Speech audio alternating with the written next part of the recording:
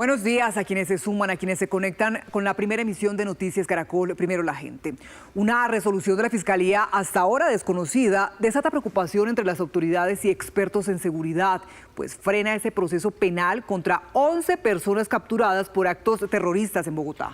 Daniela, escuche esto. A pocas horas de que estas personas fueran acusadas en audiencia, la fiscal general le reasignó el caso a un grupo recién creados para investigar la protesta social. Noticias Caracol investiga. Por lo menos 15 actos terroristas sacudieron a Bogotá entre 2024 y 2025.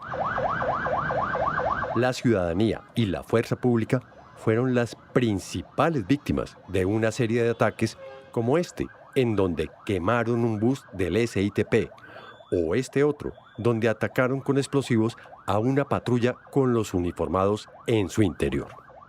Por estos hechos fueron capturados en diciembre del año pasado estas 11 personas que, según las autoridades, hacían parte de un grupo llamado los PPP, o Brigada Clandestina por el Pueblo y para el Pueblo.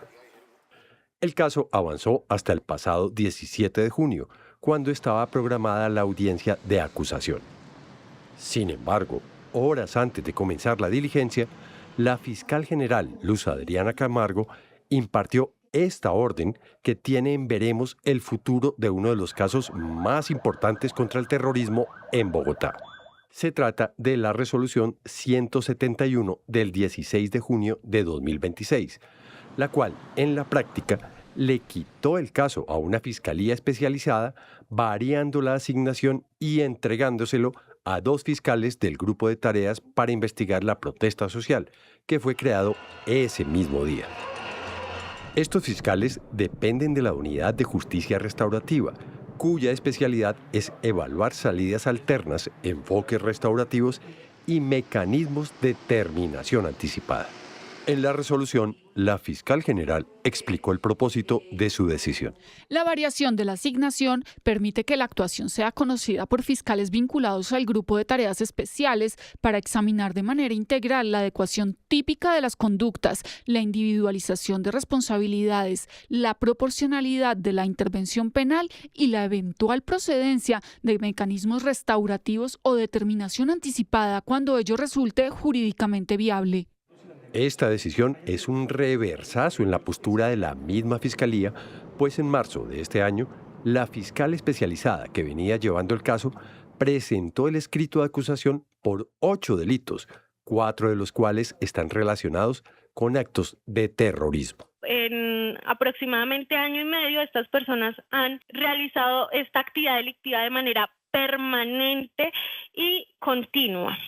El delito de concierto para delinquir agravado por tratarse de terrorismo, así también el terrorismo, igualmente la fabricación, tráfico, porte de municiones o explosivos, así como el empleo o lanzamiento de sustancias u objetos peligrosos agravado, este último cuando se hace con fines terroristas. La investigación logró identificar a estas 11 personas a través de agentes encubiertos, declaraciones de testigos, interceptaciones telefónicas y ubicación de números celulares. Con estas pruebas, 2 jueces de Bogotá fueron contundentes al momento de enviar a los detenidos a la cárcel. Digamos, asociarse o el concertarse para la comisión de delitos indeterminados en el tiempo, digamos, más frente al delito o fines de terrorismo, digamos, la violencia exacerbada que se produce en muchos de esos eventos, la intencionalidad, entre comillas, de lamber a un policía, de joderlos, de quererlos quemar, de amenazar con quema de buses por parte de la organización general. Considera este despacho son hechos demasiado graves. Incluso este funcionario judicial fue claro en señalar que estos hechos son actos de terrorismo y no pueden estar amparados por el derecho a la protesta social. Estos hechos no pueden estar amparados por el ejercicio legítimo de la protesta. Encuentra este despacho que es el común denominador en todos los eventos inferidos, pues es el ejercicio de acciones violentas, digamos que no es cualquier violencia, sino cierta violencia de manera exacerbada que demuestra, digamos, siempre, digamos, de manera concreta un desprecio frente a la integridad física del conglomerado común. Los resultados de esta investigación también fueron reconocidos por las autoridades locales. 2 jueces de la República ya avalaron lo que hay en esta investigación y la gravedad de los hechos que se manifiestan en la investigación. Estos criminales pusieron en peligro la vida de al menos 80 ciudadanos que iban en un bus de Transmilenio. También hay que resaltar en este momento y dejar claro que estas personas no eran estudiantes de ninguna universidad pública de Colombia. Ellos buscaban generar el caos en la universidad. ¿Cuáles son las implicaciones de la resolución de la fiscal general en un caso tan avanzado como este? Se lo preguntamos a expertos en seguridad y abogados penalistas. Daniel Mejía, exsecretario de Seguridad de Bogotá y profesor de Economía de la Universidad de los Andes, lo explica así de claro. Básicamente lo que está haciendo la fiscal general es minimizando la gravedad de los delitos cometidos por estas personas, que en una juiciosa investigación de la Policía Judicial de la SIJIN de la Metropolitana de Bogotá se demostró que hubo actos terroristas que pusieron en riesgo la vida no solo de policías, sino también de ciudadanos que se movilizaban en el transporte público. Para Mejía, la decisión de la fiscal general podría terminar evitando que los acusados respondan por delitos graves como terrorismo y concierto para delinquir.